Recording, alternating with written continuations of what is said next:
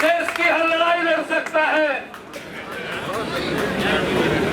पर इस आयोजन में एक बड़े बुजुर्गों की, अनुभवी लोगों की और बड़े बड़े योद्धाओं की मैं समझता हूं कमेटी बननी चाहिए थी। ये लड़ाई कोई छोटी नहीं है, हमारे मान और सम्मान और मर्यादा की लड़ाई है।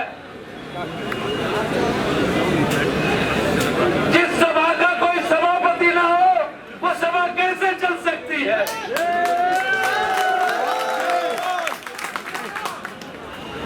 जिस सभा में रणनीतिकार न हो, और योद्धा तो है तुम्हारे पास लड़ाई लड़ने को, पर रणनीतिकार भी चाहिए कि जिन लोगों ने हमारे इतिहास को तोड़ मरोड़ने की कोशिश की, अंग्रेजों ने भी की थी, उन पे भी नहीं हमने मात खाई थी।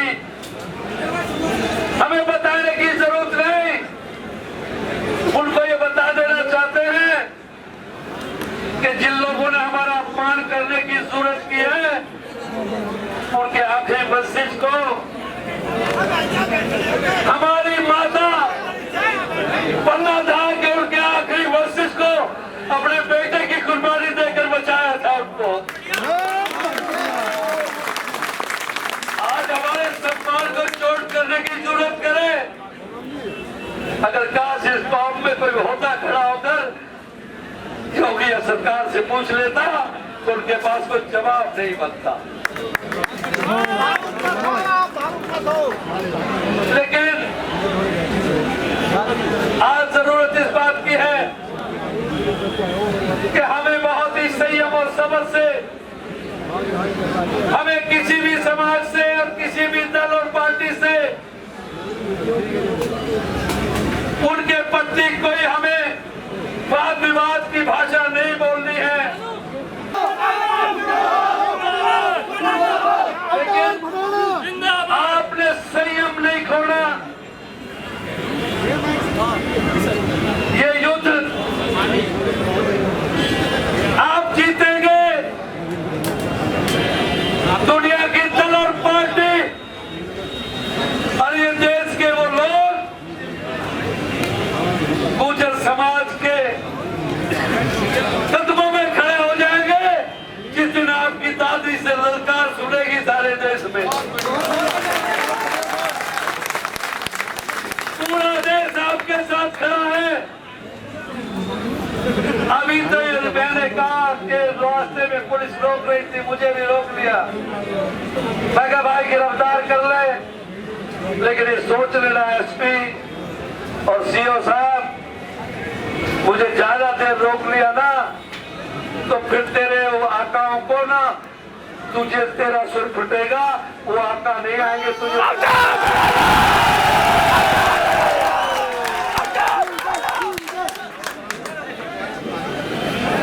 हम अपने अधिकारों की बात करने आए हैं। हमारे स्वाभिमान को चोट पहुंची है, उस पर अपनी समाज की पहचान करने आए हैं और हम बिल्कुल अनुशासन ढंग से करना चाहते हैं। अगर हमको आप हमारा इतिहास जानते हैं तो उनकी समझ में आया, मगर गाड़ी घोड़ाओं को इनको रोक लो, थाने में बंद कर दो, हम जाएंगे, तुम लाठी चलाओ और गोलियां खोल दो अगर तुम में दम है तो।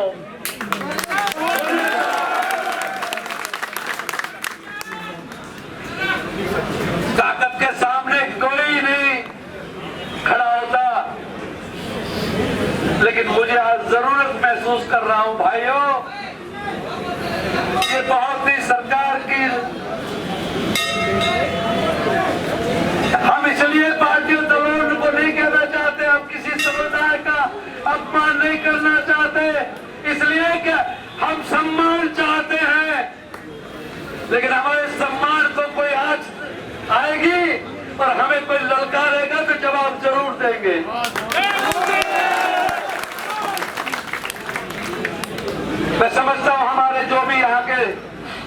स्थानीय ऑर्गेनाइजर हैं और लीडर हैं, उन सबको मेरी प्रार्थना है हाथ जोड़कर, योद्धा तुम्हारा मैदान में उतर चुका है। योद्धाओं को दिशा देने की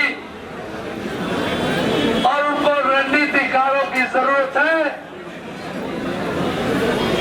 एक पुलिस मंदिर में बैठकर फैसला करिए कि हमें निजी हितों से, निजी व्यक्तियों के बारे में, निजी पार्टियों के संबंध में कुछ नहीं हमें रखना। हमारे समाज की लड़ाई है, समाज के मंच से लड़ेंगे हम, किसी पार्टी और दलों के मोहताज नहीं। तो मोहताज और गुलाम है, कौन की गुलामी कर रहे हैं? अगर उनकी गुलामी नहीं होती तो मंच से मुजफ्फरनगर में सेक्टर ने बड़े टिकैत साहब ने एक ठाकुर मुख्यमंत्री को गलवे से पानी पिला दिया था, गलवे से ओक लगाकर। उन जाट भाइयों ने किसानों का सहारा लेकर मुजफ्फरनगर में अपना वजूद बता दिया। आज उनको मोदी जी और योगी जी उनका गुणगान कर रहे हैं। राजा महेंद्र प्रताप सिंह तो सैकड़ों साल से थे, किसी के याद नहीं आए। महेंद्र प्रताप सिंह जाट यूनिवर्सिटी बनेगी। अरे हमारी तो आज से सैकड़ों साल पहले पहिल भोज की, यहाँ हमारे बुजुर्गों ने अपनी जमीन देकर, अपना खून देकर इस पवित्र स्थान को बनाया था। उनको तो आप पूछते नहीं। जब कहा कि दुनिया आकर यार चौदह दिखाने की बात करती है। मेरी एक बात है भाइयों, सुन लो। किसी भाई को भी किसी ने जो भी बात रखी उसे बहुत संयम और सब्र से सुने। और यहाँ के आयोजक जो है, जो लोकल लीडर है, वो लोकल लीडर बैठकर एक रणनीति तय करे कि आगे की लड़ाई लड़ने का क्या रूपरेखा है। और रणनीतिकार में हम भी होंगे। हम वो रणनीतिकार में हम एक छोटी सी भूमिका निभाएंगे कि हम सरकारों से और दुनिया से लोहा कैसे लेंगे। हम नीचा ना देखना चाहते हैं, हम जीत चाहते हैं, हमारे अपमान का बदला लेना चाहते हैं। लेकिन संयम और सब्र से लड़ेंगे तो सब कुछ मिलेगा। मजबूती से लड़ेंगे, वो भरोसा है मुझे। मेरी कौम सारा ये बहादुर कौम है, ये हिंदुस्तान की कौम, ये दादी मत सच लेना। मैंने बता दिया है कि यहाँ पर पैर रखने को जगह नहीं मिलेगी, बॉर्डरों को बंधन लगेगी। ये यूपी का बॉर्डर है, ये उत्तराखंड का बॉर्डर है, ये राजस्थान का बॉर्डर है, ये मध्य प्रदेश का बॉर्डर है। बॉर्डरों पे फोर्सें कम पड़ जाएंगी, गुजरों को रोक नहीं पाएगा।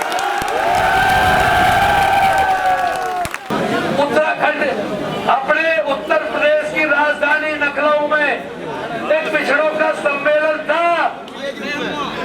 उसमें सारी पार्टी दलों कर बीजेपी के नेता, एमपी, एमएलए तुम्हारे समाज के सम्मंच पर थे। हमने कहा था, केशव भाई मुख्य पर, अरे मोरिया फोरिया नहीं कहता मैं, इन चीफ मिनिस्टरों की और मंत्रियों की खुशामद करना किसी और को आता है। अवतार सिंह बढ़ा मैंने कहा था वहां, केशव, जो लोग ये समझते हैं ना कि अवतार सिंह भड़ाना यहाँ एमएलए मंत्री बनने, मंत्री बनने नहीं आया हूँ, अपने समाज के सम्मान की खातिर आया हूँ। और अब बता दे रहे सत्तार सरकार को, वो वीडियो चलाता देखा था कि नहीं देखा था? अगर हमारे समाज का अपमान करने की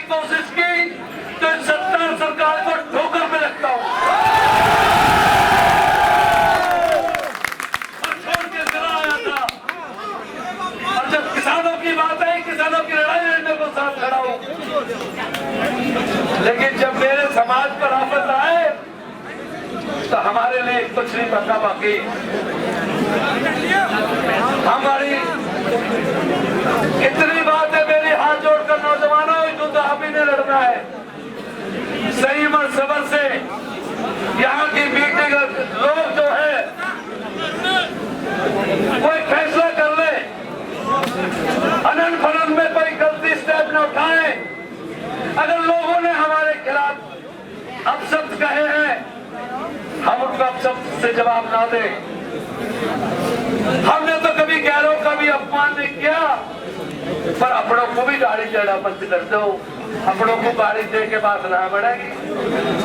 हाँ, अपनों को एहसास कराओ कि थारी गलती थी। अगर आज गाड़ी दोगे अपनों को तो दुनिया साथ हंसेगी भारी कि सारे मुजरों में जूत बज रहा है। अपनों को अगर न रखोगे तो तुम गैरोगे कहाँ बनोगे? सारी समाज ये देख रही है तुम्हारी तरफ आज। तो मैं एक बात खत्म करता हूँ, समाज के आदेश होंगे।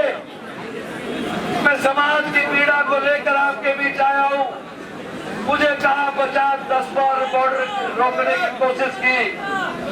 मैंने कहा, मुझे डीआईजी और बड़े बड़े ऑफिसर लीडरों ने टेलीफोन किया, ये भड़ाना जी आपका मैसेज आ गया कि आप दादरी जाएंगे। मैं क्या सूर्य इधर से की बजाय इधर से निकलने लगे, जब भी जाऊंगा।